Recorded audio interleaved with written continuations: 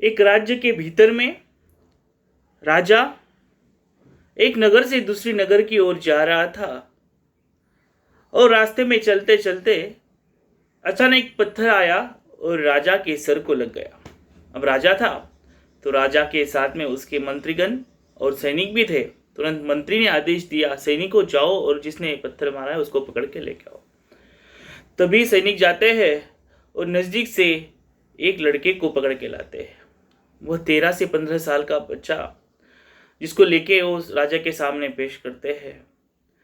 तो उस लड़के के जब पता चलता है उसकी माँ को कि मेरे लड़के को सैनिक पकड़ के लेके गए, वह भी उस झोपड़ी से आती है और राजा के सामने आती। राजा उसको पूछता है कि तूने मेरे को पत्थर क्यों मारा।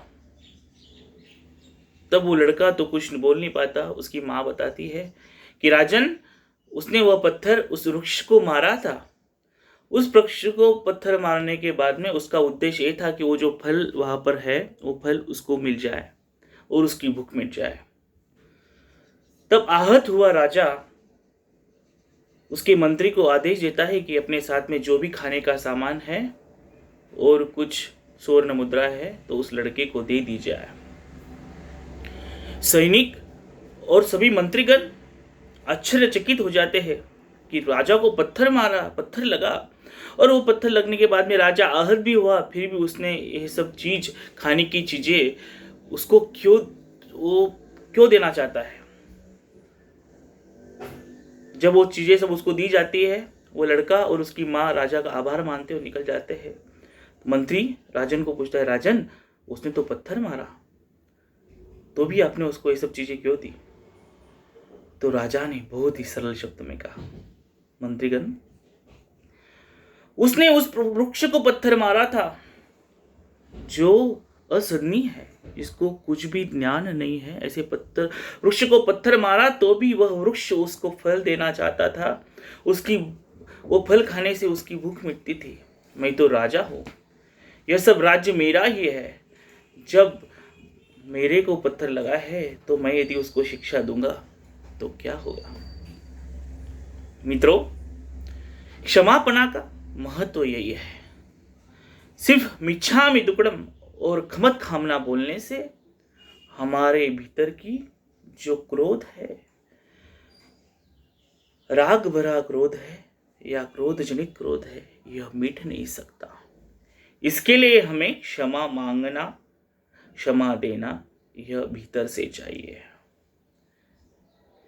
रोज प्रतिक्रमण के भीतर में संध्या में बोला जाता है, खामे में सौव जीवे सवे जीवा खमंत में मित्य में सव भुवे सुवेरम मच्छम न के नहीं।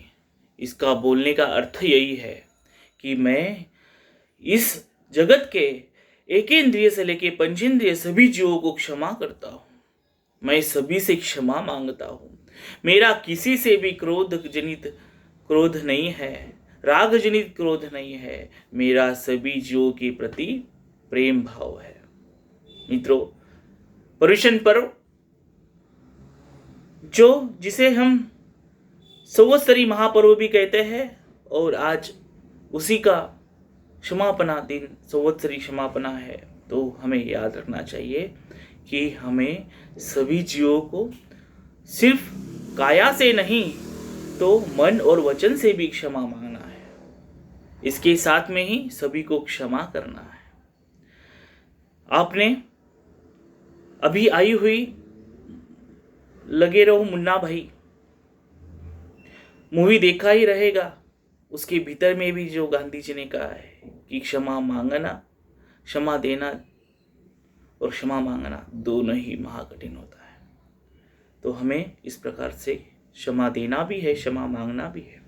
और क्षमा सिर्फ अपने परिवारीय लोगों के लिए नहीं, हमारे व्यवसाय के लोगों के लिए नहीं, हमारे इस राष्ट्र के लिए भी क्षमा करना है। जो चीज़ें हमें आहत पहुंचाई है, वो सब चीज़ों को हमें क्षमा करना है, उन सब चीज़ों से क्षमा मांगना है। इस विश्व के प्रति, एकेंद्रिय से लेकर पंचेंद्रिय जीव के प्रति भी हमें क्षमा मांगना है। क्षमा दे, क्षमा करे, यही क्षमापना महोत्सव का प्राण है। और इस क्षमा के साथ में ही हमारा जो बैलेंस है वह बैलेंस हो जाता है, जो भी हमारा कार्मिक बैलेंस है वो मैनेज हो जाता है। कर्मों के बंधनों के कारण ही आनंद गंज जी कहते हैं कि कर्मों के बंधन के कारण के ही उस जगत जीव है कर्माधीना, वह कर्मों के बंधनों के कारण ही जो कुछ करता है। तो हमें यह बहुत सारी चीज़ें कर्मों के ऊपर छोड़ के सामने वाले को क्षमा कर देना चाहिए। मैं हर्षल संचेती प्रभु परिवार की ओर से आप सभी को वारंवार क्षमा याचना चाहता हूँ। आप मुझे क्षमा करें, मेरे लिए भी आपके प्रति बहुत प्रेम भाव है। मिच्छामि दुक्कडम खमत खामनासा।